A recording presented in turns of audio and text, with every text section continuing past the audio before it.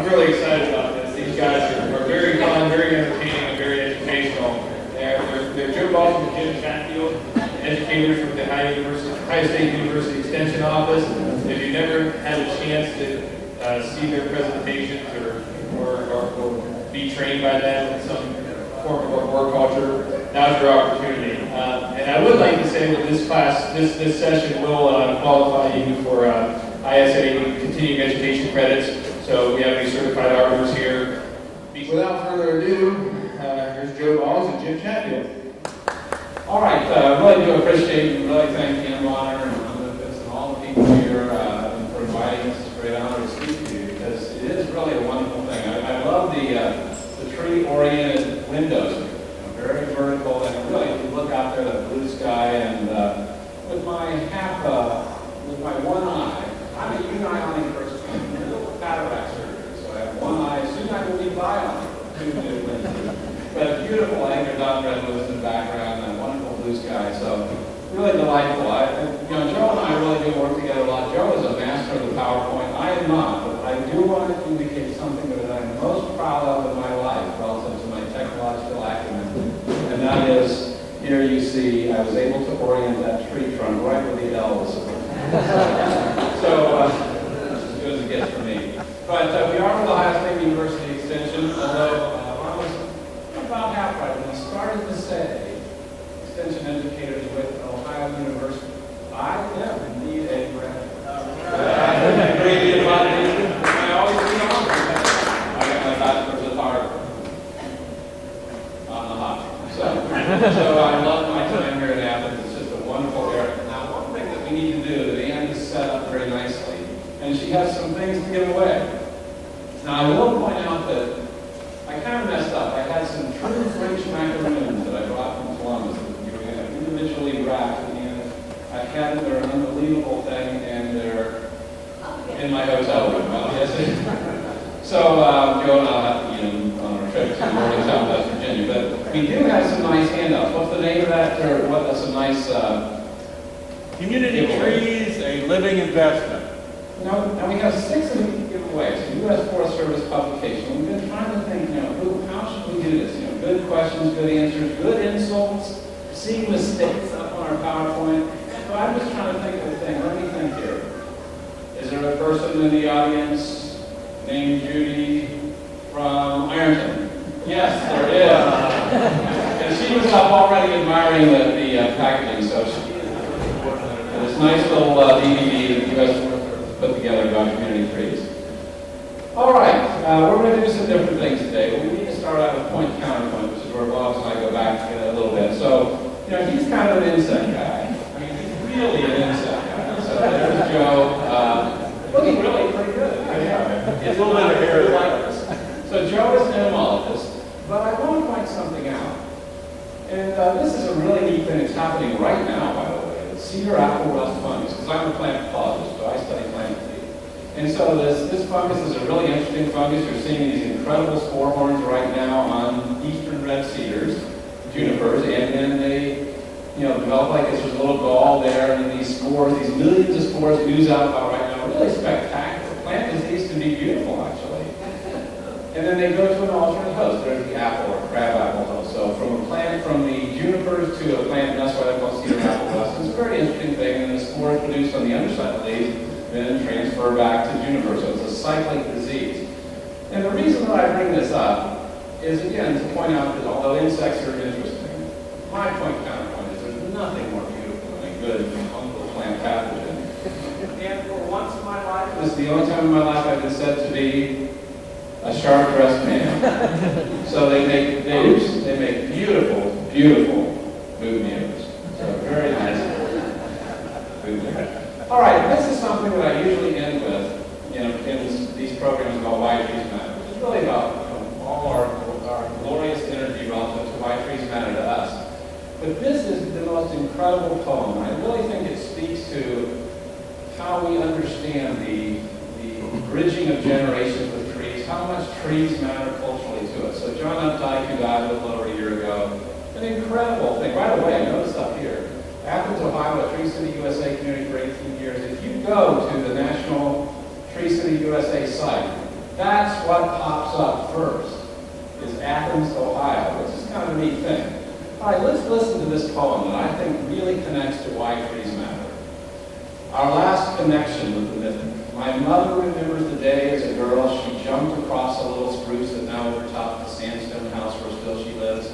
Her face delights at the thought of her years translated into wood so tall and to so mighty a peer of the birds in the wind.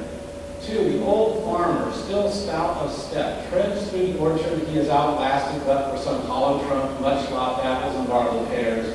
The dogwood planted to mark my birth flowers each April as soundless explosion. We tell its story time after time. It's a grizzly day, the fragile sapling that had to be staked. At the back of our acre here, my wife and I, freshly moved in, freshly together, transplanted 2 hemlocks that guarded our door gloomily, green gnomes a meter high.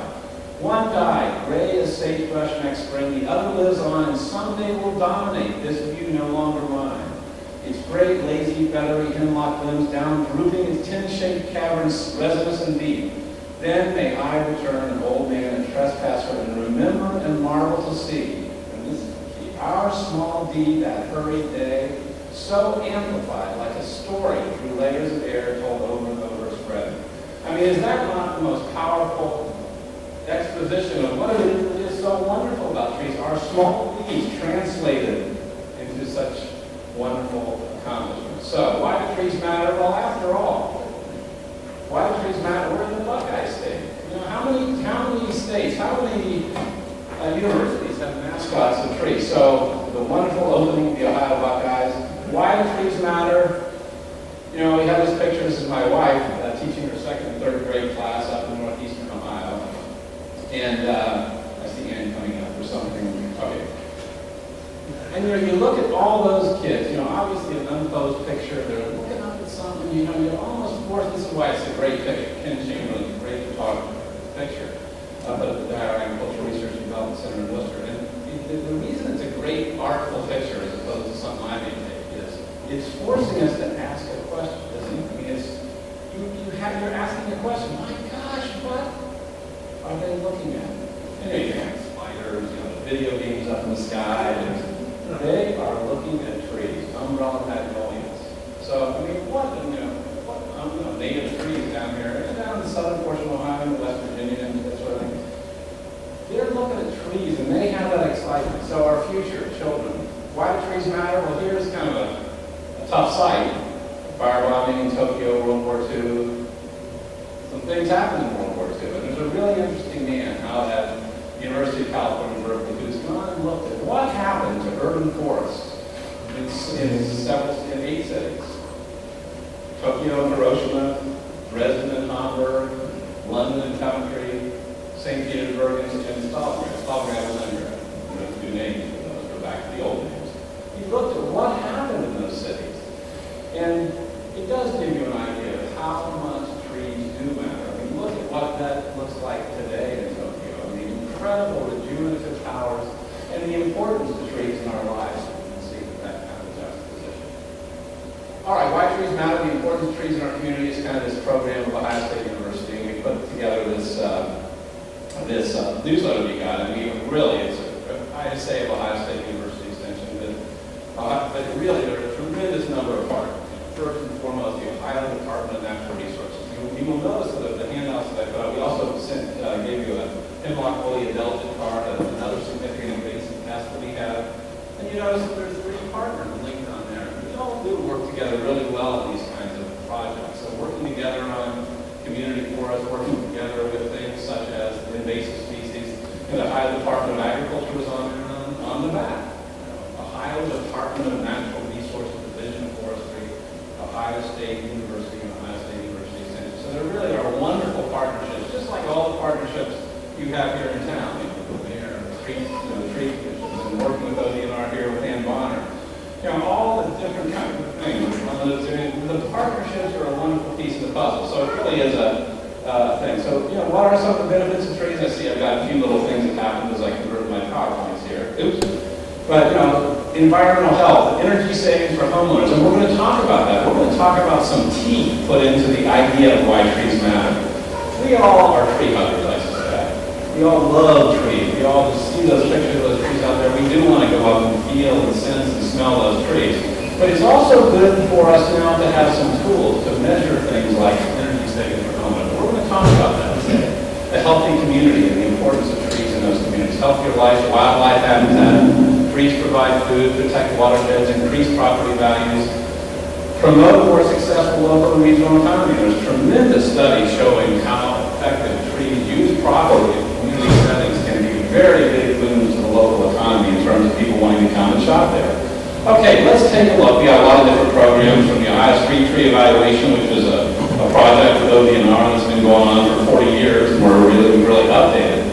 You know, one of the oldest things in our nascent signature program is developed, all the way to the greening of the highways. A project is developing between Ontario and Ohio and some other states relative to better sustainable plantings along roadsides. And so let's talk, though, we're not going to talk about all of these. You're not going to be here until tomorrow.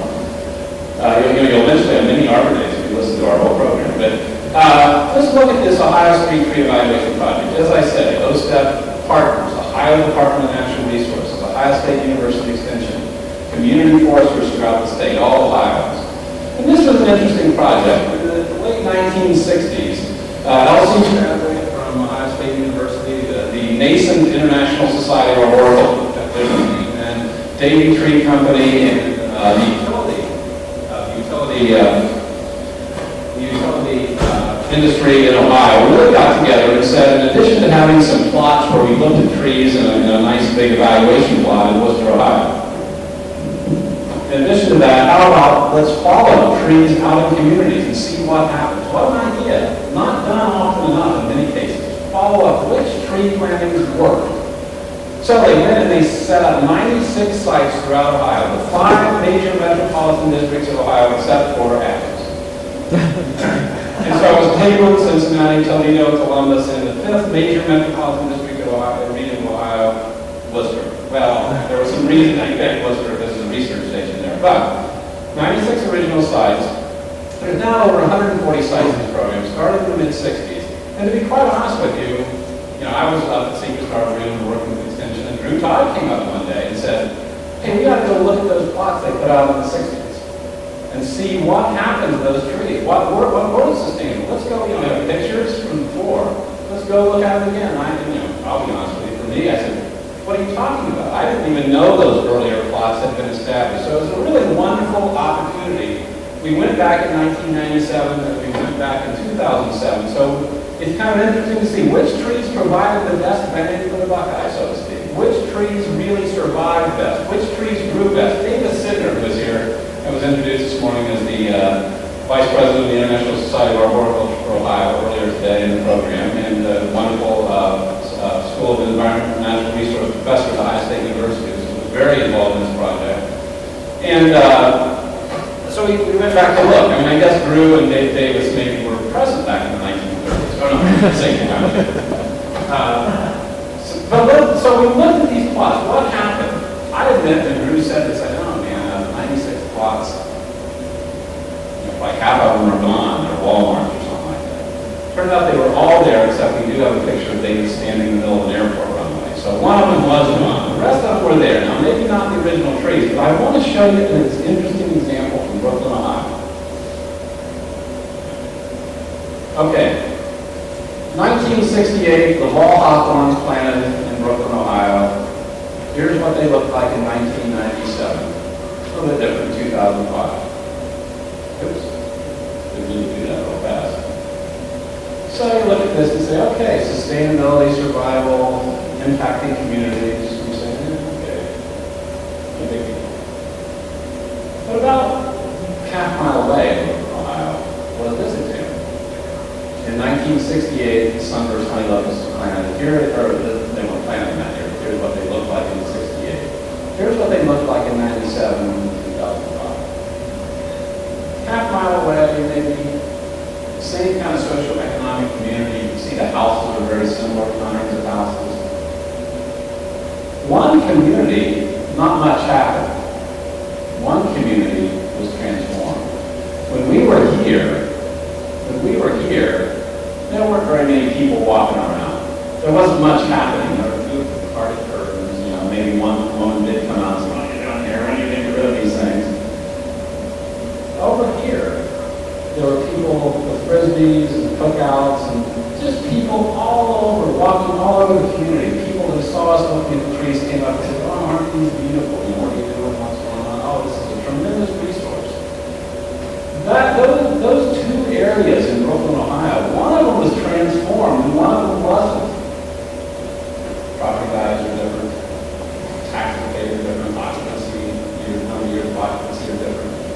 One community was transformed by a tree selection decision and one was not. Now, I'm not arguing hawthorns are bad, honey locusts are good, let's go with monoculture and honey locusts. We all know that the monoculture approach doesn't work. But the point here is, small deeds and small decisions can end up having huge effects down the road. We sometimes don't realize how huge those effects really are until we see what happens kind of in the before and after. So that really got us to think. And we put information up on the ODNR website. Drew and the people at Division of Forestry put that up. Really nice information there. And, we published the bulletin, did the usual thing. But really, when we started thinking about it, we recognized that you start to think about this kind of thing. Here's the first thing for hawthorns in late 1997. And there's the honeysuckle story. What a huge difference. And so we realized that, at the time we were calling our program the Next Step program, Next Street Tree Evaluation Program. But the Next Street Tree Evaluation Program, the idea that we really came up with, and this is what Why Trees Matter and working with all these partners is all about. First step, horticulture. Because frankly, we were looking at, okay, what was the survival rate, what was the growth rate, all the horticulture stuff. And we really started to begin to recognize that Why Trees Matter is a lot more than that. It's really the next step, is changing communities, understanding that communities can be transformed, the culture of the community can be transformed by our urban forest. So that's kind of what got things. And here's where I think we have this huge opportunity. All of us have this huge opportunity relative to trees. First of all, we have kind of a teachable moment with invasive species. Urban forestry in the United States really took off following Dutch elm disease.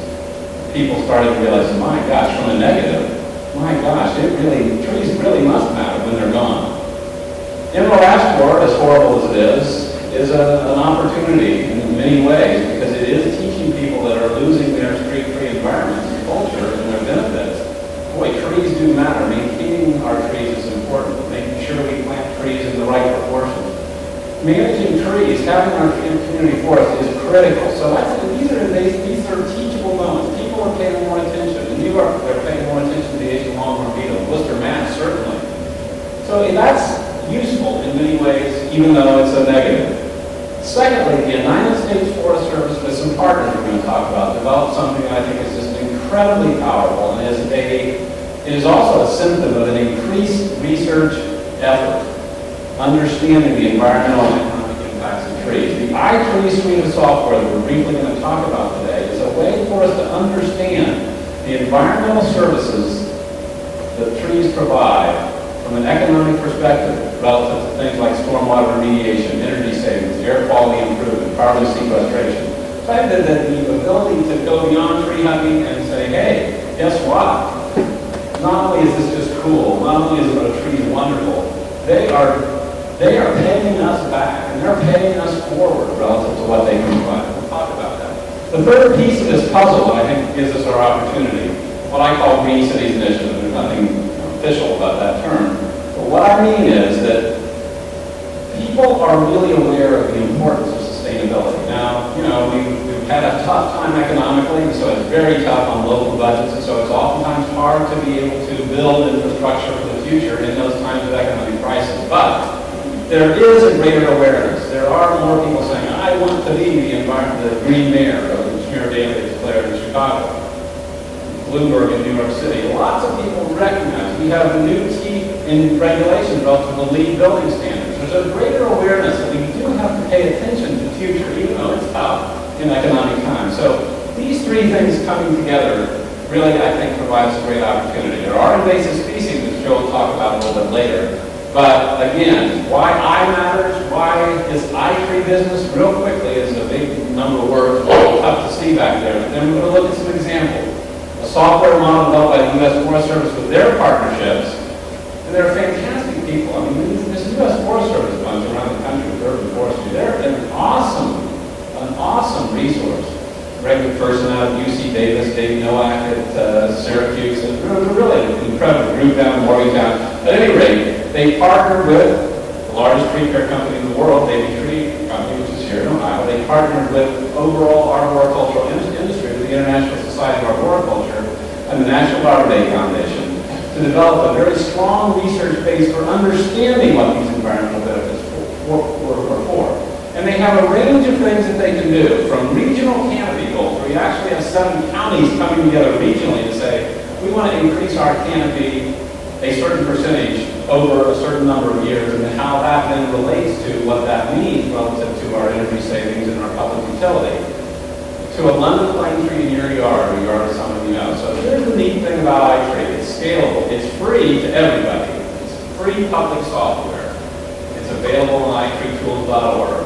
But it's also, and this is the interesting part, communities can use it, but you can use it for your yard in Iron, Ohio. And we'll show you how. Go to treebenefits.com calculator. Oh, you basically don't need this website. Just say National Tree Benefit Calculator. Just go into Google National Tree Benefit Calculator. You're going to get this thing coming up, and this particular One Tree at a Time project was developed by the Casey Tree Foundation in Washington, D.C., and Baby Tree Company. And basically, you input your zip code. You put your zip code in there, because there is differences in the models. I mean, obviously, energy savings in Phoenix, Arizona are different than they are in Ohio. And obviously, these are models, these are estimates. It's not down to the penny, even though they give you the penny, because it depends a little bit on where the tree is situated and all, the energy prices in your community and all that kind of stuff. But you put your zip code in, you indicate your species. So tree identification. I'll bet you end on this hard on tree identification a million times. So if you can identify your tree, if you can say what your zip code is, you can identify your tree and then find a way to measure its diameter. It's really neat what you can get. This is, I mean, you can go home tonight, find a 12-inch diameter sugar maple in your backyard, and you can pop that in here. Here is a 36-inch pin oak, which is a big tree, but a 36 pin oak up in Worcester, Ohio. And you're just on your website. There's nothing you have to do. You don't need passwords. You don't need to pay it. It's just there for your tree in your yard, and it'll tell you $265 in overall benefits annually. So think about what that means. And then it breaks it down. So it breaks it down in stormwater and property value and energy and air quality and CO2. And it gives you a nice little pie chart. And then you say, well, I'd like to know a little bit more about what you're talking about with stormwater runoff. How does that affect stormwater runoff? And Joe's going to talk about really the importance of this aspect environmentally in some of our community. So it explains the different kinds of things, intercepting holding rain on leaves, increasing the infiltration and storage of rainwater through the tree's root system. It's going to tell you what the basis for that is. And by the way, at the bottom of all these too, it'll show you the research that went into this kind of thing. So it is highly research-based. Well, wait, I just want, because I'm not sure we included this. 36-inch pin oak. By the way, you notice I don't usually use a mic because I was once told to turn it down when I didn't have one. 36-inch pin oak eliminates 14,565 gallons of stormwater runoff per year. Keep that in mind, 14,000 gallons per year.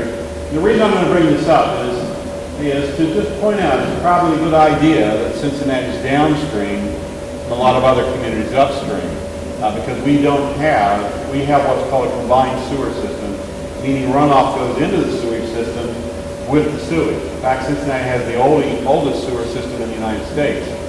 And we have run afoul, so to speak, of some problems with that, not the least of which is when we have heavy rains and a tremendous amount of runoff to flood the system, there were hollows and valleys that you kind of didn't want to go in because of very strange geysers that would be coming up. Yeah, some of you get the picture. Foul smelling and truly awful. So that is not just a nice thing. It could cost Cincinnati and actually the Metropolitan Sewer District over $3 billion to mitigate that problem. And as I said, we're going to talk about in a minute. So we're not talking about just kind of nice numbers. We're talking about real community dollars. So trees do matter. The people that are in charge of public health in the Cincinnati area were not amused to the tune of $3 billion. Just wanted to say that on this topic, Joshua Tree does offer rainwater mitigation, rain gardens, rainwater catchment systems, and permeable pavement, all pertaining to this topic. You know, for billions of dollars, build a new sewer system in the gray way, or are there some ways that we can do this much more efficiently, much more economically with plants and with trees? So that's really a big piece of the puzzle. In many cases, stormwater remediation is one of the biggest economic benefits that trees provide. Yeah. Congress just raised significant water rate just under EPA mandate and $2.5 billion over the next 4 years. $2.5 billion over 40 years. That's already mandated in effect. So think about how much of that can be remediated with trees. And one of the things that's neat about iTree, it's a continually growing thing. So iTree Hydro is really looking more carefully and understanding and building the research base and the understanding of the model for what those kinds of benefits are. So, you know, it can talk to you about raising the property value, which will be different for every location. So again, whichever one you mention, will talk to you about the kilowatt hours of electricity, benefits of air quality benefits. So, you know, all of this that you can do for the tree in your backyard, as long as you can know your zip code and identify that tree, and you can guess on the tree species to some extent. I mean, okay, which maple is it? You're going to get some reasonably so again, but it's a good thing to know how to identify that tree and estimate the size, because the size matters. And again, you know, there's a tremendous base of information on where this data comes from, itreetools.org, all that kind of stuff. All right, just a reminder again, Joe already hit us. Joe's going to come back and talk to us about some of these stormwater remediation benefits that you can, that iTree does. All right, so how does this play out around the country? This is a neat kind of thing. You know, you can adapt this locally. This is a neat thing they did up in Minnesota a few years ago. So they went to the State House and they looked at this, you know, they did some iTree, early, you know, kind of pre-iTree analysis. The tree benefits in Minneapolis, and they looked at some of the, you know, this is where they developed some of their data for iTree. Looked at some of the benefits in the city of Minneapolis, $6.8 million annually in energy savings, $9.1 million annually in reduced stormwater remediation, runoff. And then they would do things like put these big giant price tags on these trees and say, in this lifetime, this tree at the government, at the State House has paid us back an estimated $1,500. It's a great and simple and easy way to make people aware of what their trees are doing. I have a story here that is really kind of an interesting story. Trees count in New York City. They had a street tree census in New York City, and believe it or not, their first real census was in 1995. Fiona Watt was hired. She's a wonderful urban forester there in New York City. And think about this, if you were hired into a job. She was hired in, I think maybe February, and the Parks Commissioner, who was in charge of these street trees, asked her to do a comprehensive inventory of New York City trees. Not the park trees, but all the things that were defined as street trees. This year, how about counting all the trees, Fiona? Believe it or not, she pretty much did it. Bled over a little bit in 1996, but with 1,300 volunteers that had little segments of the city. It seems like New York City, how are they going to do this? Well, Manhattan aren't many trees anyway, but the 5 boroughs of New York City, Manhattan, Queens, Bronx, Brooklyn, Staten Island, they went out there and people adopted little areas. They got training and identification and what kind of data they wanted collected. But again, they went out there and they discovered about 498,000 of those 5 boroughs finest street trees. So that really, and what was the power that the Parks Commission was looking for? We don't have enough money to take care of our trees. We need more building this infrastructure. We're not taking care of, we have hazard trees. Well, and then you say, boy, Jim, why did you choose this story? Because over the next 10 years, from 1995 to 2005, the tree budget was pruned to the extent of 50%. I mean, obviously, they wanted all these volunteers to go in and be important factors of borough meetings and really get people excited. But the punchline doesn't seem very good. Until you look at New York City, they got good stuff. I mean, they got here's what our populations are. They found out they had like 55% of their street trees in Staten Island were calorie bears. Well, they said, oh, okay, that's a problem. So overall, though, here's, they got information. They got some helpful and useful stuff. But here's the second part of the story. 2005, a second trees count inventory was conducted. We actually had a little team that went and did a thing in trees. It was really kind of a cool thing to do, to have a little area that we had. And in the neighborhoods, you had like 4 months to do your 200, 300 trees. So it wasn't like an onerous thing. It was a fun community thing to do. The thing that was different in 2005 was they started working with these U.S. Forest Service guys. They started linking with this U.S. Forest Service trying to mine tree analysis, and so they really were linked in then now with what it was that these trees were providing. So when they provided their report, like they did in 1995, and it ended up having much effect, the benefits that were documented, $122 million in annual benefits from the trees, $5.60 for every $1 spent. There's all different ways to cut that and argue those points, but the point is, Bloomberg said, I want to be a sustainable mayor, number one. Number two, he had that invasive species teachable moment. People worried about losing their forest to Asian longworm in New York City. And number three, they had good, reliable research-based data on what those trees were providing. And they increased the tree budget from 22 to $62 million. So that's a little bit different story based on our new emerging opportunity.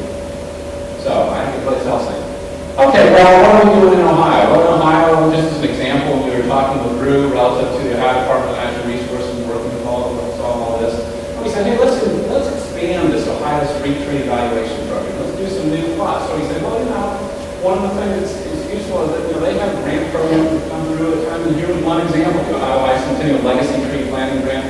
And they have, these kind of grants where they help communities with all these kinds of projects. And look at the total was given out to help communities through Ohio Department of Natural Resources working with this grant program.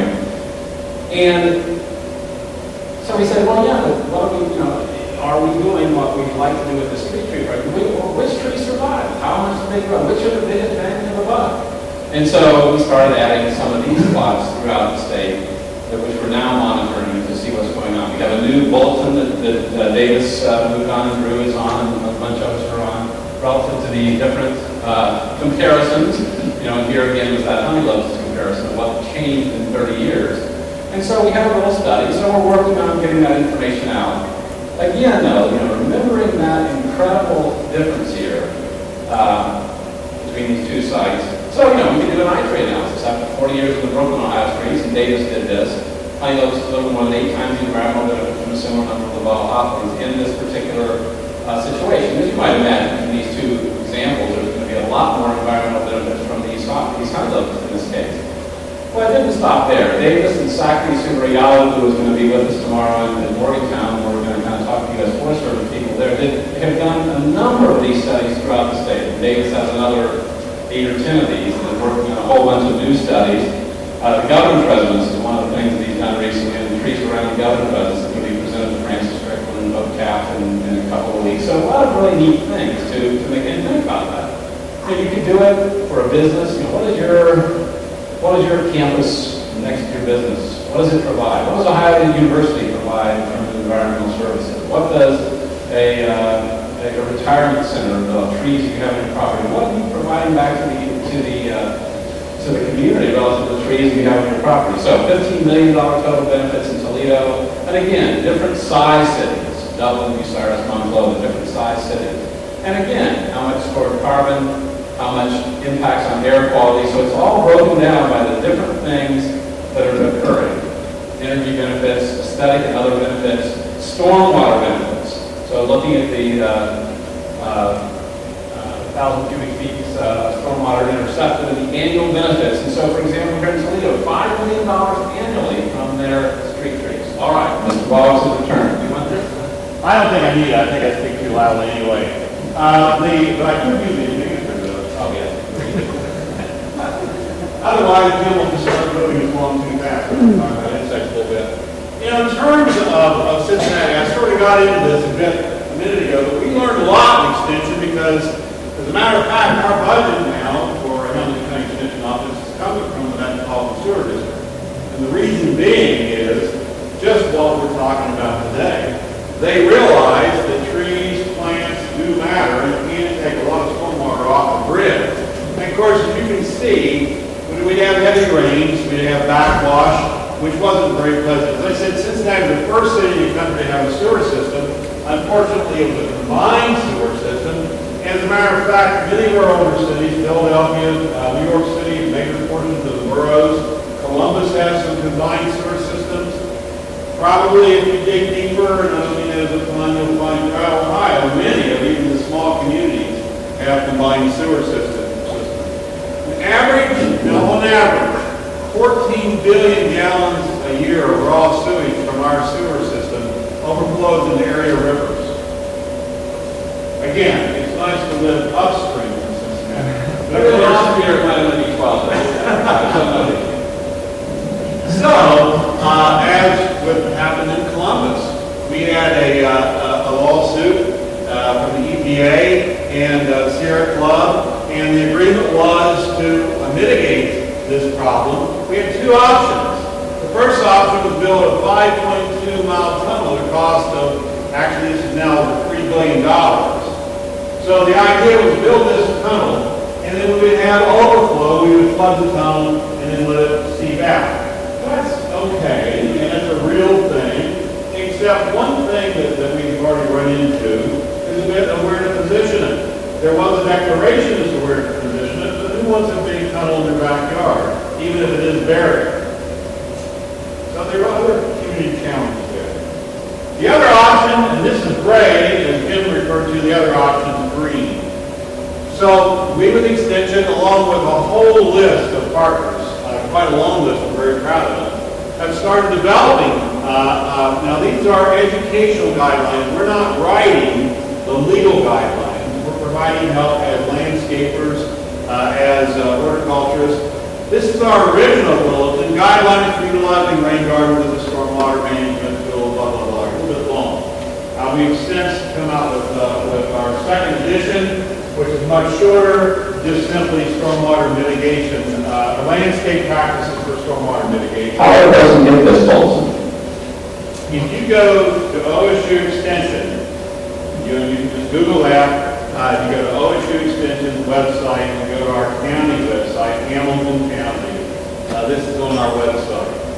It's a PDF file downloadable. And it may be helpful, again, for those communities interested in kind of following along with some of the same things.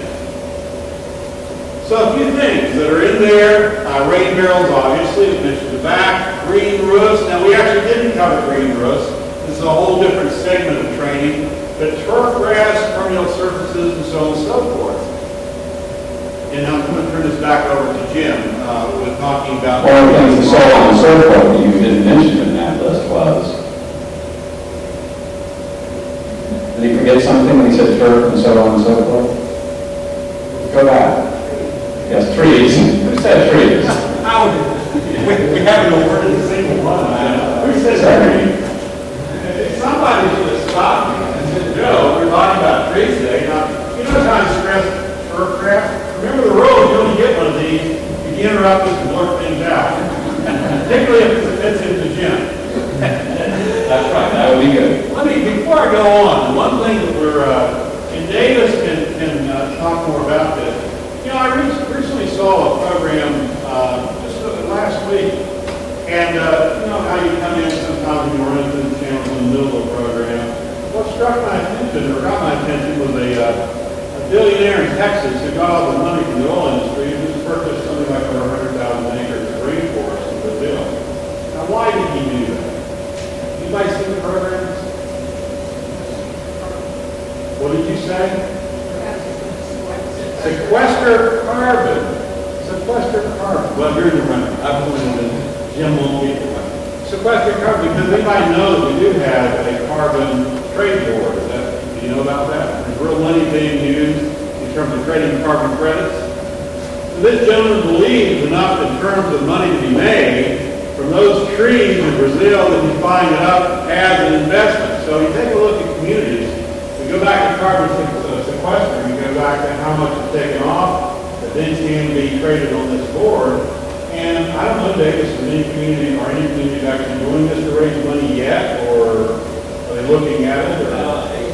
That's been doing it for years. AT&T? They own land in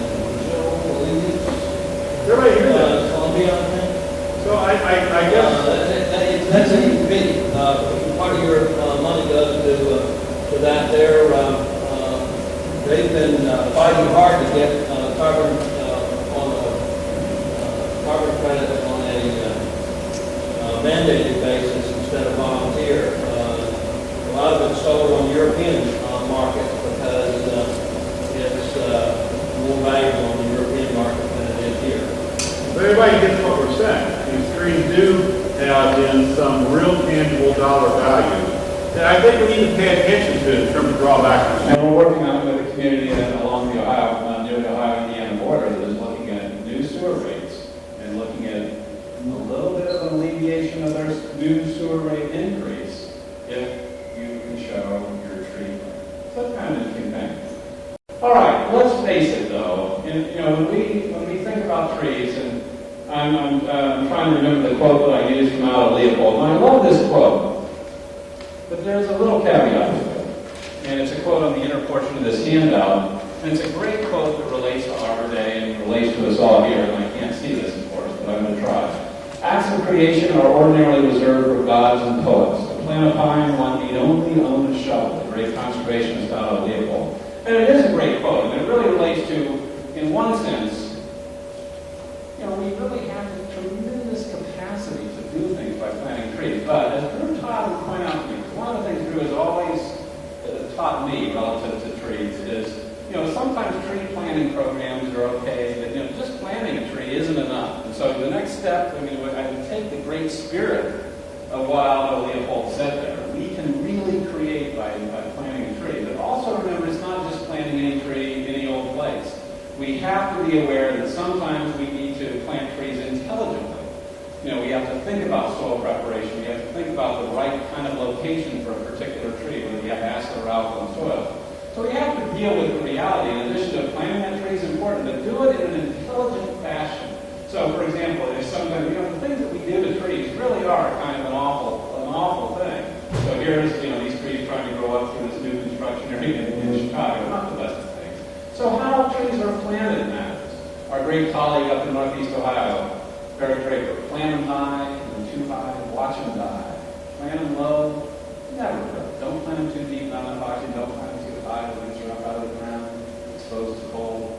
Plant them right, and you will sleep at night. So we have to think about how we plant trees. Where trees are planted matters. Here out in the Sacramento Tree Foundation and the Sacramento Metropolitan Utility District, they really talk about, getting the best seasonal shadow lengths as they're trying there to help alleviate air conditioning costs. So where trees are placed are really critical, and there are now a number of different websites around the country where they're really looking at people planting locally, telling you, well, here's where you need to plant relative to the east-west, north-south orientation and the size of your house. Which trees matter from so many different aspects, from soil pH and soil drainage to disease and pest resistance. And that's one of the things, again, we have plots up in Worcester. We had a plot from 66 to 96. Dave was very involved in this.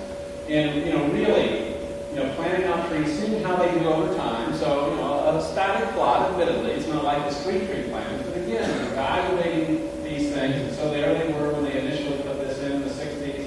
And here we are, and there they is again, here in the 2000s, as we're thinking about our new plots that we're going to develop. So which trees matter is critical. And taking care of trees is important. So here we're going to go back to Joe, who's going to talk about some of the things that we teach. And it's important to understand the whole context from tree identification to how we take care of the trees that we do plant. You had a number of eye exams today. You may not notice that. The little tiny print you couldn't read. Here's another one. You can all see this up here. Actually, you don't have to look and see this. You can go out front and see it first. Some of the image trees out there. These little black, kind of ball-like structures, which don't just appear to be coming from the flowers. They are the flowers. They are caused by little areophyton light. So since they affect the flowers of ash trees, do they cause any great harm to the health of ash trees? No. Because they're only affecting the flowers.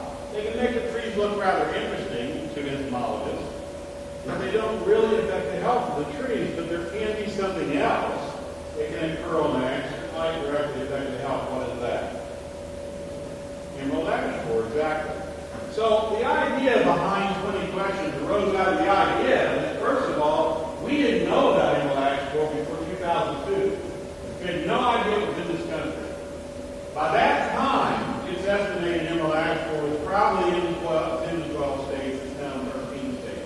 We didn't know about it, but it already made its way into most of the places we're finding it today. So what happened? Why were ashes dying and we didn't know why was because we didn't know we had emerald ash borer.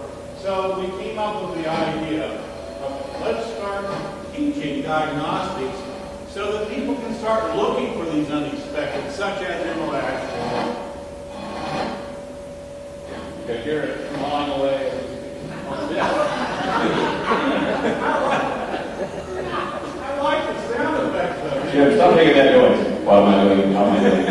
It was getting worse. They're not big needles, and not all of them are emerald. There actually you can find a case of blue variation. The adults notch leaves, but don't cause any real harm. In fact, you don't usually even notice this when the population is very high. But the adults provide a very helpful thing. When you view this beetle head on, it has a flat back and a round belly. That's helpful because when they come out of a tree, they can only make one kind of hole. What kind of hole is that? Exactly. A D-shaped emergence hole. D for dead, as we said. Now we look for these kind of helpful things. You know, this card that we handed out on hemlock woolly velvet ID is another non-native. We have cards that were also created through joint efforts on the emerald ash borer. We don't have any with us today. We do have some special hemlock trees out there to give away if you, just spread the word. No, I'm just kidding. But what we want you to do is to take a very close look at the diagnostic keys. D-shaped holes. You look at an ash tree, there could be a bunch of different holes caused by different borers. Don't try to make those holes D-shaped. These are very D-shaped. Very, very easy to tell. This is a beetle, so it has hardened front wings and soft hind wings. In fact, the order for the beetle, colio, means sheep, PCRA means wing. We just have a little repeat to kind of stress things. The larvae are called flat-headed borers, and that's because this first thoracic segment, where it's not actually the head, but right behind the head we see this flattened segment. But one thing I really want you to notice these bell-shaped segments. Now remember back when, in your education classes in high school, health classes, when they show pictures of tapeworms, we'd all go, you've seen pictures of tapeworms, right? Doesn't it look like a tapeworm? These look like miniature tapeworms. If you find a miniature tapeworm under the bark of a live ash tree, it can only be emerald ash borer. Let's see, let's count the layers. Before 2002, in fact, it sounds like I'm denigrating people, but I'm denigrating myself because we know about the one infestation in Hamilton County, my backyard, predates 2002. It's not literally my backyard, but yes, the ash, the ash I brought into this from Asia really paid off. But figuratively in my backyard, I know I drove past ash trees that were infested. Jim did. We all did. We were not seeing what was being able to be seen. D-shaped holes coming out of the live ash tree. There's no umbrellas or real species that affects ash, other than emerald ash. Yes. How far off the ground are The D-shaped holes? Yeah, I mean, can you just stand there by a big tree and see? Yeah, and that's a very good question. I don't know if we have all this in here. Oh, no. Emerald ash borer tends to start at the top of the tree. Okay, work its way down. When you think about it, it makes good sense. They don't want to waste the resources. So they start at the top of the tree, they start at the tips of the branches and work in. So they will eventually reach eye level. In fact, they will eventually go all the way down into the bust of roots. But by that time, what you're going to see is a thinning canopy. Because by the time they get that far down, the tree is going to be so heavily utilized, it will look pretty much like ash trees are looking right now. Well, you all notice, what we always notice this time of year, ash are glacial in terms of leafing out in the spring, aren't they? And we're getting calls, you don't think trees matter to me. You know, my ash trees have to be infested because they're not leafing out or they're just slow to leaf out. Well, every year they're slow to leaf out. But as a matter of fact, it's kind of weird because I can take pictures over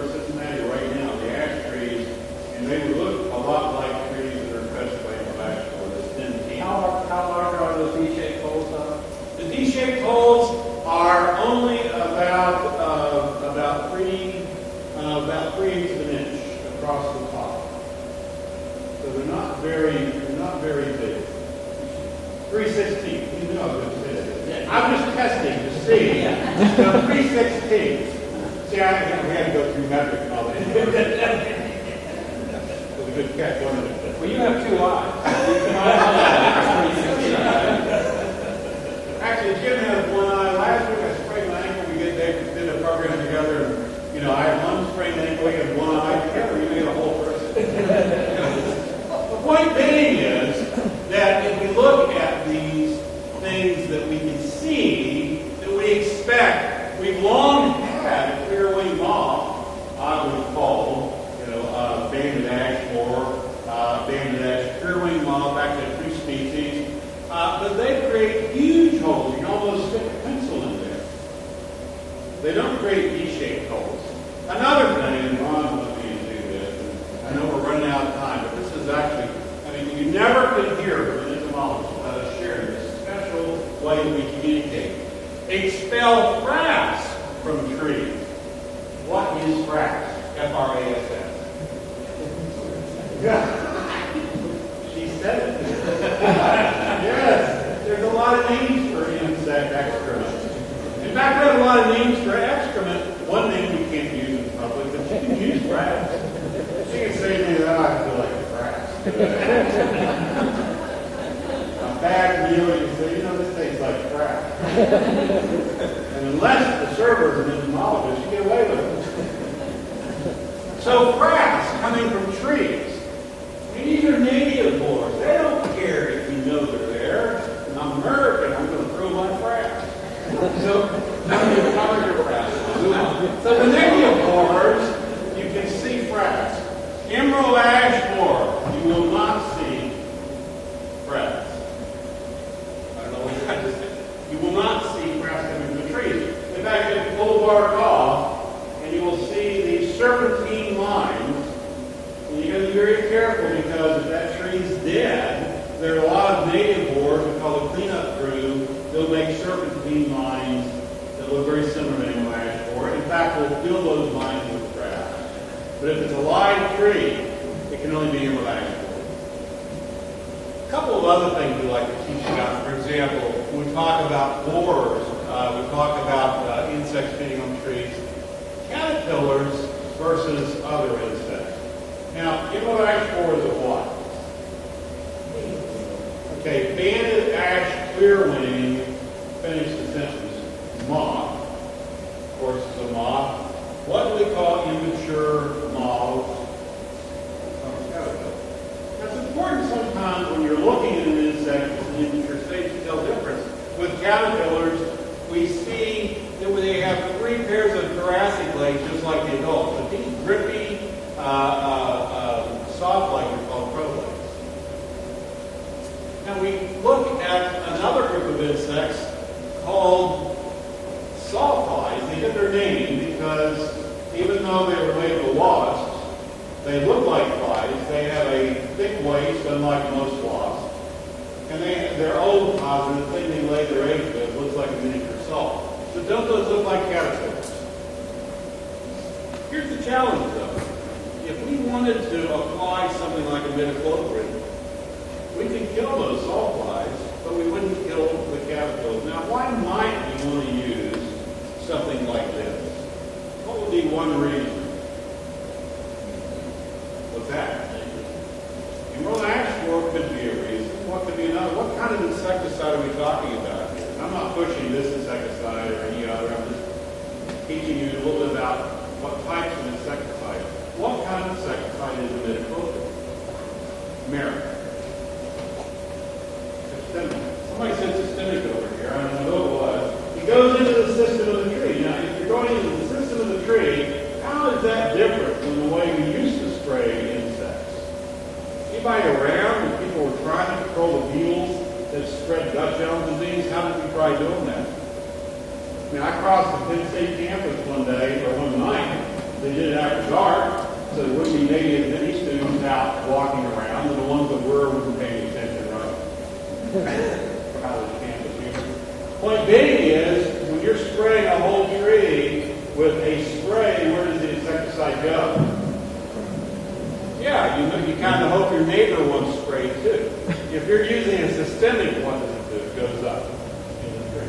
But you do have to pay attention to what you're trying to control. The imidacloprid will take out sawflies. It will not take out caterpillars. So, emerald ash borer is a beetle. It will take out beetles. It will not take out caterpillars. So, complete circle there. Emerald ash borer, ash pear-winged moths will imidacloprid kill it. So there's a teachable moment you're kind of looking. When you're finding your tree health care program, and you're looking whether you want to do something about emerald ash borer or not, that's going to be up to you and your community decisions. But be very careful because ash under stress are susceptible to the pear-winged borers. They make big holes. You see those big holes, and you say, well, wait a second. We're already under attack with something that's native, not a non-native. But yet, if folks do not do the proper diagnostics, believe that emerald ash borer does this, what is going to be the net result? Nothing.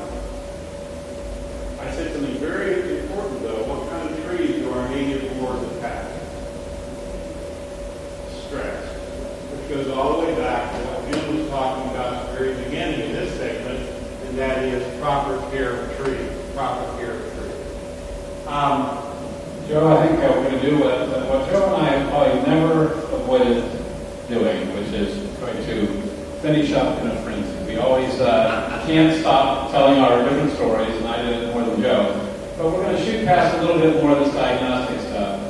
And really, one of the ways you can get some of this information on a regular basis is go to beagle.osu.edu, where we talk about pests every week. Every Tuesday, we all get together and we talk about what we're seeing around the state. Army worms are marching on Athens County, evacuate immediately kind of stuff. So, and by Thursday, that information comes out. So, beagle.osu.edu, buckeyeyardgardenline.osu.edu. So, we're going to try to finish up here in 5 to 10 minutes, Ron. So, we're going to really quickly move along. But, that kind of information comes out every week during growing season. Again, beagle.osu.edu. It's a nice website. Okay, so we've kind of got all these different kind of programs that are going on. We're really going to try it on Ohio State University's campus. I mean, here we're in a university town today, but on Ohio State University, we're kind of saying every day is Arbor Day on campus, and we'll already go in there. So the new library, if you haven't been to Columbus and campus, beautiful lookout onto how trees kind of dominate that view. And even in the wintertime, how those trees are a major thing on campus. Now, we are going to have an Arbor Day celebration on Friday. If you want to be there, see President Gee, see Brutus Buckeye, the city of Carmen, Ohio. Nice planting of a tree and some neat recitation of poems. So that's going to be kind of a neat thing. Trees matter in arboretums. We have these little trees matter signs. All this kind of involving youth is really a critical thing. Because that's going to be the kind of the final thing I want to talk about today. There's a neat little program we're doing over in Montgomery County with Harold Schnell Elementary. And it's really neat going to this school. It's a year-round school. Really neat school. And public school became year-round like 25 years ago. Auburn North first, and now they have a long waiting list. You can see how they have trees in their culture, in their logo, in their picture that they have up on the walls. And even in Harold Schnell, trees are everywhere, even in the LDR. What's the LDR? Some people keep saying a library. Just think about it if you were a little boy. The LDR is the little boys' room. So they have murals in the little boys' room, and I thought this is a great thing. How my wife will tell you this as a second-grade teacher. They go down to the restroom, come back, got to go 5 minutes later. Say, didn't you go last time? So they're trying to encourage them to think about it when they're in their urinals a little while. Because think is a need to use the soul. So they really, it's kind of a neat school. At the governor's residence, the Davis is working there, and here was Hope Taft. And so she's teaching high school students about taking measurements and doing imagery analyses. And just so you know, it's a very, this was President Weissman that was kind of doing a white kind of thing with us, but here is Francis Strickland. So one of the neat things you may or may not know about is that one of the neatest bipartisan things left in our country is that the Heritage Garden at the governor's residence in Ohio is a joint venture. And there's a lot of players. I mean, the Ohio Department of National Resource Division of Forestry is there and helping on the ground. But Hope Taft and Francis Strickland are working together, our former First Lady and our current First Lady. And that's really kind of a neat thing. There is the strength of Francis there. But we have a moment of great opportunity. New York Times article a couple years ago, maybe only God can make a tree, but only people can put a price on it. So, different ways to look at it. There is a great opportunity with that kind of information. One last thing I want to stress here, and this is important because this is a challenge that is thrown down to all of us relative to awareness. One of my favorite sayings is, the true is from Proust, and really I guess it relates to my eyes again, but the true voyage of discovery lies not in finding new landscapes, but in having new eyes. And think about what that really means. You can see stuff. You can see trees. And not, you don't see the forest for the trees. You don't see the trees for the forest. I mean, all of that can happen. Awareness is critical. And we don't want to have that loss of awareness for our youth. So, a little neat story in a neat book called The Wilderness Warriors. In the bathroom of his parents, Teddy Roosevelt, he gathered more than 100 different species of lichens and fungi on the rocks and dense undergrowth. He brought out from caves unusual seedlings and moss to scrutinize back home under a magnifying glass. Teddy Roosevelt became one of our great natural history writers in the 1860s and 70s and 80s. And of course, we know the legacy relative to nature preserves and state park and national parks. So you really got into this awareness. Now here's our challenge. What do these words have in common? Blog, MP3 player, broadband, BlackBerry. Notice BlackBerry has a capital B. What do they have in common?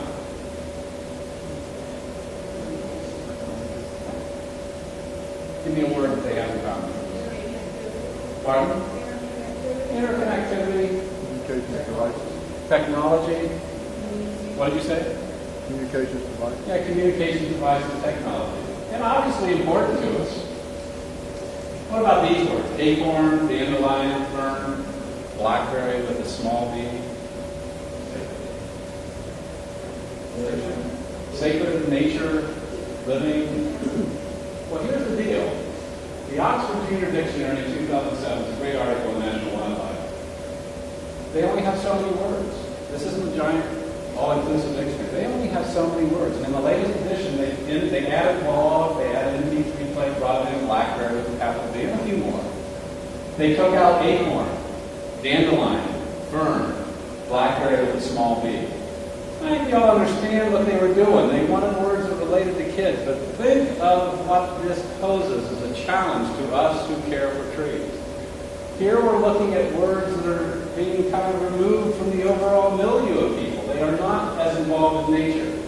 So it's a challenge that we have to really relate to in terms of the need to kind of continue to do the things like you do with Arbor Day to make people more aware. By the way, Jim, just so you know, we want to kind of refer to that. That's on the back of your newsletter, the story here. Sorry. Oh, no, that's great. And hey, are we going to know in 50 years what Apple means other than Big A? So it's an important thing for us to think about nature deficit disorder, to think about the challenge that we have to keep people aware of the natural heritage.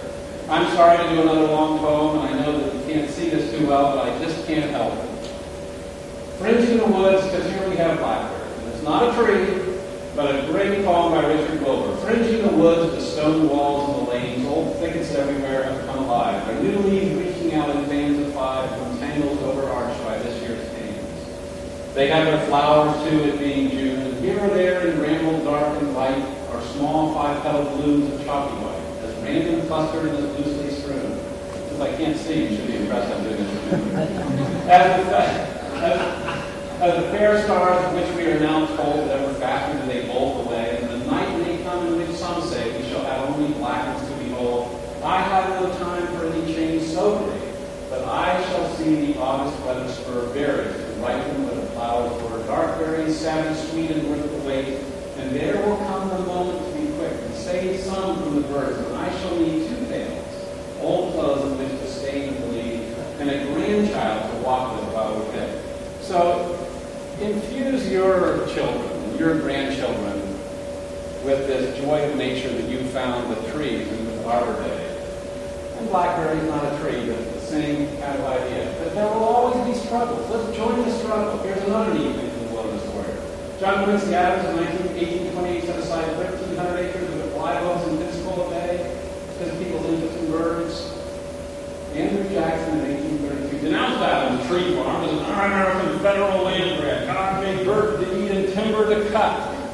Well, there's some other things that these things are for as well. And urban forest is one of the things that trees are for. So these issues are always with us. They're always part of the wonderful dynamic that makes this country go. But if we're going to speak for the trees, let's speak for the trees and infuse people with the energy. Because look how beautiful they are. Gone redwoods up the Secret Star and Worcester. The beautiful leaves as they come out in the spring. The incredible shadows of these chestnuts. Magnolias, glorious to the eye. The tree dies, plant another in this place. Look at this. We have Linnaeus and Orange next to each other. Someone sitting in the shade today because someone planted a tree a long time ago. Even if I knew that tomorrow the world would go to pieces, I would still plant my apple tree. From Martin Luther. Acts of creation are ordinarily reserved for gods and poets to plant the pine when he only owned a shovel and then to learn how to do it properly. And so finally, because we're in Athens, the last thing in the program, what are we looking at? There, the beautiful, excellent. Whoever that was in the back, as we move out here, we're going to give those last two out to whoever said that about pawpaws. The wonderful native tree, the beautiful flower buds in the spring, which eventually you get the leaves. Is there anything really more beautiful than what a pawpaw looks like as those new leaves come out and the fruits are there? Even the old leaves in the fall, the fruits, the flower of the Mycalura native woody landscape plants called lurid purple flowers, rarely seen by the uninitiated. So enjoy trees for all their beauty and this wonderful native tree, pawpaw. That's it.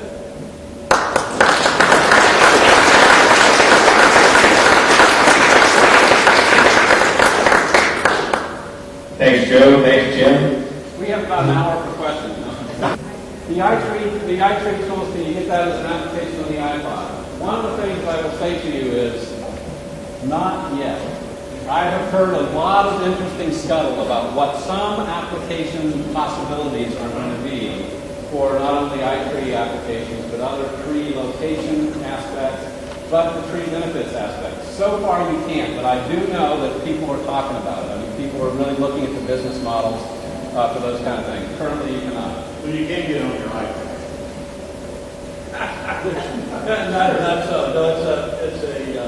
It's a DOS-based program. No, but you can run. Well, it's not the web-based one with an iPad. What's that? The new iPad. You didn't have the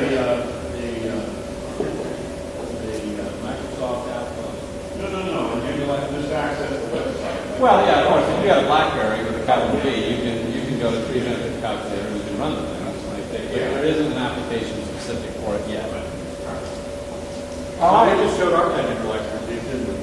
Well, no, nobody. So we'll end Pharmacy Glandulus quercus. Mighty oaks from Little Leghorn Grove.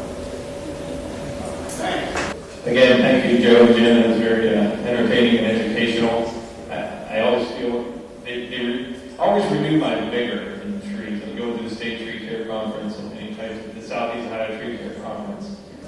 We get to the daily grind where our jobs and the things that we do sometimes get to the point where we may take some time away from that nature's beauty, and it's times like this where my interest is renewed and I feel a lot of energy and I go out and do things like I'm going and locating some trees with Lori Groman next week, some trees that we received as part of the grant, fruit trees that we're going to plant throughout the Athens area that will be available to the community. So these are good projects that the city is doing, and so thank you. I would like to point out for the third time today, Dr. David Sidner is here. He is in the audience. He is the Vice President of Ohio International Society of Horticulture. Give him a round of applause. Stand up, please.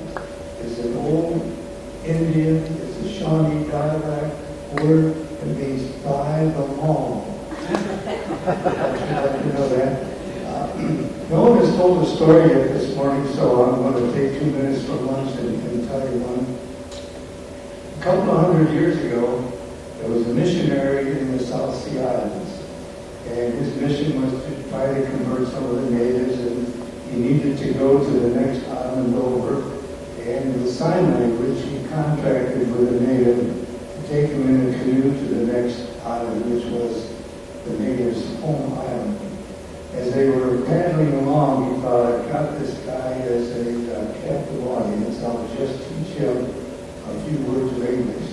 So he pointed down and he said, canoe. And the native said, canoe. And the missionary pointed outside the canoe and he said, water. And the native said, canoe, water. And the missionary thought, this guy is really sharp, or else I'm a better teacher than I thought I was. About that time, a big bird flew overhead. And the missionary said, flamingo. And the native said, canoe, water, flamingo. And that was really great until they came within sight of the island, and there on the beach were two natives frantically making love. And the native said, ooh, ooh, ooh. And the missionary said, keep paddling. That didn't satisfy the native, and he went, ooh, ooh, ooh. And the missionary said, riding bicycle. And that infuriated the native, and he reached down and got a blow gun and 2 poison darts, and he killed the natives on the beach. And the missionary said, my God, man, why did you do that? The native said, riding my bicycle. I apologize.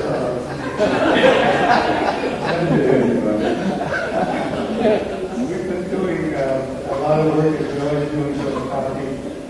On Friday, when we are on the day celebration, we'll have about 250 fourth graders there to go through several venues so they can see a fellow car with a chainsaw, ask them to be there, taking limbs out of tall trees, etc., etc. I am not on the program, so you don't need to worry about contaminating the kids. Our big mission, one of our big missions in Chillicothe, is monitoring the Millennium Grove.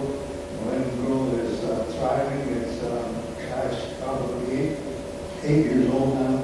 We have some trees that are 6, 8, 9 foot tall, something of that sort. To give you a refresher, we have Ohio's 100 historic trees to celebrate the new millennium. All the trees have historic backgrounds, historic ancestors. Quick illustration, Chillicothe was laid out in the 1790s as a small town. There was, from the town to the river, there were many, many farms and a plantation, and 2 brothers from one of the farms were killed at the Alamo, and we have a tree who's descended from a tree at the Alamo, and we have 100 of those. In a couple of years, I hope that we can host this meeting and give you a tour of it and give you some literature on the history and things of that sort. And I've delayed lunch enough, and so I'm going to give you the microphone.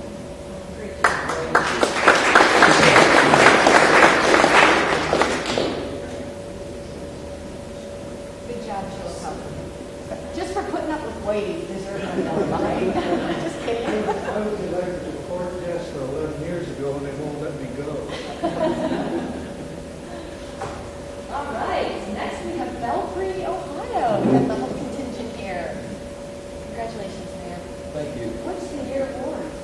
I can't tell you, 14. I don't have the excitement that Ann does, but I'm going to tell you, we would, I had to pick on it. We couldn't do the few things we get to do down home if it wasn't for the volunteers. We got a few people on the tree commission itself. They ride even along 732, keep everything trimmed up so the mowers could move, they're not barking the trees. One lady who's there every year starts pruning and trimming up the little flowering trees that are all the way around the park. And there are 80 some, I think. Because I think we have 80 hanging baskets filled with light bulbs with a tree for every basket and so forth. Our Arbor Day celebration will be Friday afternoon. We're going to plant a weeping willow down on land we just acquired last year, and it's going to be an additional green space, if you will. It has to remain green space because of where it's at and how we acquired it, so forth. But at some point, not in my term, maybe not in my lifetime, it'll be a $10 million park facility down there. add to that. We've done a small gateway grant. Hopefully, if not this year, next spring, we'll do another one, because we've got a little bit of development going on in one area of town, and it's going to take away an abandoned service station. And it always, if it's acquired to this gentleman, this entrepreneur, to remain green. So it's one of our main entrances in the town, so it'll be another gateway grant or green space, so that the facilities and so forth he's going to erect will be in full view of 732. But it's been an experience. One for Ann and some of the people on here. I know nothing about trees, about digging holes, getting the ground, getting straight. But we have planted a lot of trees in the past few years, not under my administration. We find trees down on the east end for the 4-lane change. So we did the gateway grant last year, and we had down on the bridge, and we lost some of our pines. We're blessed in the fact that one of the fellows has a greenhouse there in town. Young fellow, he's about as energetic as her, not as talkative. But we had one, we said we lost a tree, and we hit it. We need a tree Friday. What would you suggest planting that? So Ann gave us some suggestions. Now we've got like a 14-foot like this week of willow we're going to put in Friday. Some of the dogwoods up in the neighborhoods that are since I was a boy died. John replaced those, so we're blessed. And one of our volunteers on the commission is with AEP, so if we don't see a problem, this gentleman does. He makes us aware of it. But our street department also does take care of it. So thank you. You do a great job. So you say you don't know anything, maybe you want to learn. I spend enough time inside.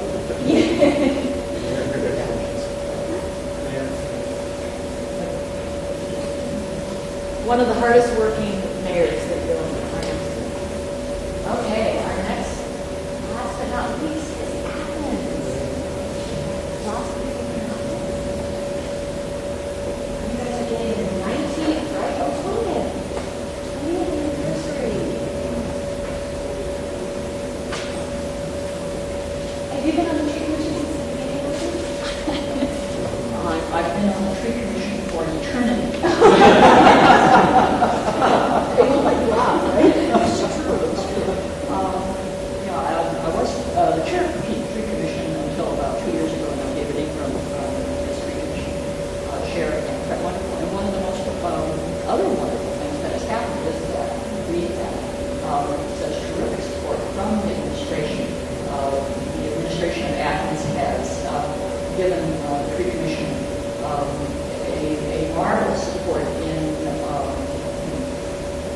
ways that are physically present. We have an arborist who is the assistant service safety director, and we have far smoother communications. We never had bad communications, but everything's much more coherent. And through Ron, we also have improved communications with AEP. We have a better arrangement there. The tree commission itself is, after 20 years, I'm not quite sure how you could qualify this. We have finally gotten, I think, smoother about so many things, and things happen in a fashion where when something needs to be replaced in the city in the trees, the sort of safety director steps up to the bat, and we have things that we never even have to consider having to do. There was the widening of the improvement of Carpenter Street, and how many trees that went into that area? Okay, so that was 16 trees that just the tree commission didn't even have to really have too much in the way of planning, except as consulting group providing information on species, and that was simply something that was considered part of the administrative policy. Trees. This is something that didn't take 20 years, well, it did. But it also took this kind of commitment at the administrative level. We were enormously lucky and grateful. And I don't think there's really too much more to say than thank you to the city of Athens, the mayor's office, Paul Institute, and Ron Lucas, our arborist, our own arborist